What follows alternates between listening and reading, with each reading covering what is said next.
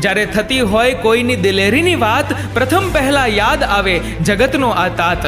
સૌનું પેટ ભરનારને અન્નનો કોળિયો દેનાર, ધૂળમાં નાખી ધાનને પોતે ધૂળને ઓઢતો આ તાત.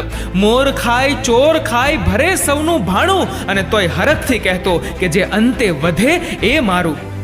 ભારત જેવા કૃષિ પ્રધાન દેશમાં ખેતી ઉપર આખો ગ્રામ્ય સમાજ નભે છે. મોંઘવારીના ચક્કરમાં ખેડૂતનું જીવન આજે એવું પીસાઈ રહ્યું છે કે તેની ઉપજની કિંમત મહેનતના પ્રમાણે નહિવત છે. કુદરતનો માર, લીલો દુકાળ, સૂકો દુકાળ, માવઠા કે જીવાતનો ઉપદ્રવ સામે એ લાચાર છે. બિચારો ખેડૂત અરણ્ય રુદન કરે છે. ભાવ પાકના બંધાઈ જાય છે. પાકે ત્યારે ઓછા ભાવ સિઝનમાં મળે. વેપારીઓ એ જ પાકોનો સંગ્રહ કરીને કમાણી કરે.